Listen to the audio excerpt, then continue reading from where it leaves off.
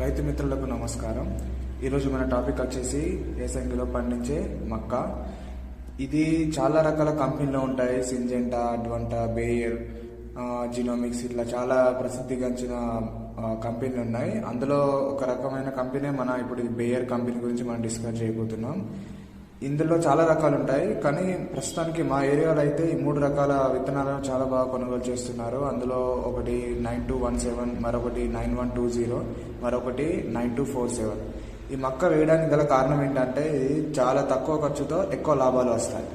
అందుకని రైతులు దీన్ని చాలా బాగా పండిస్తారు.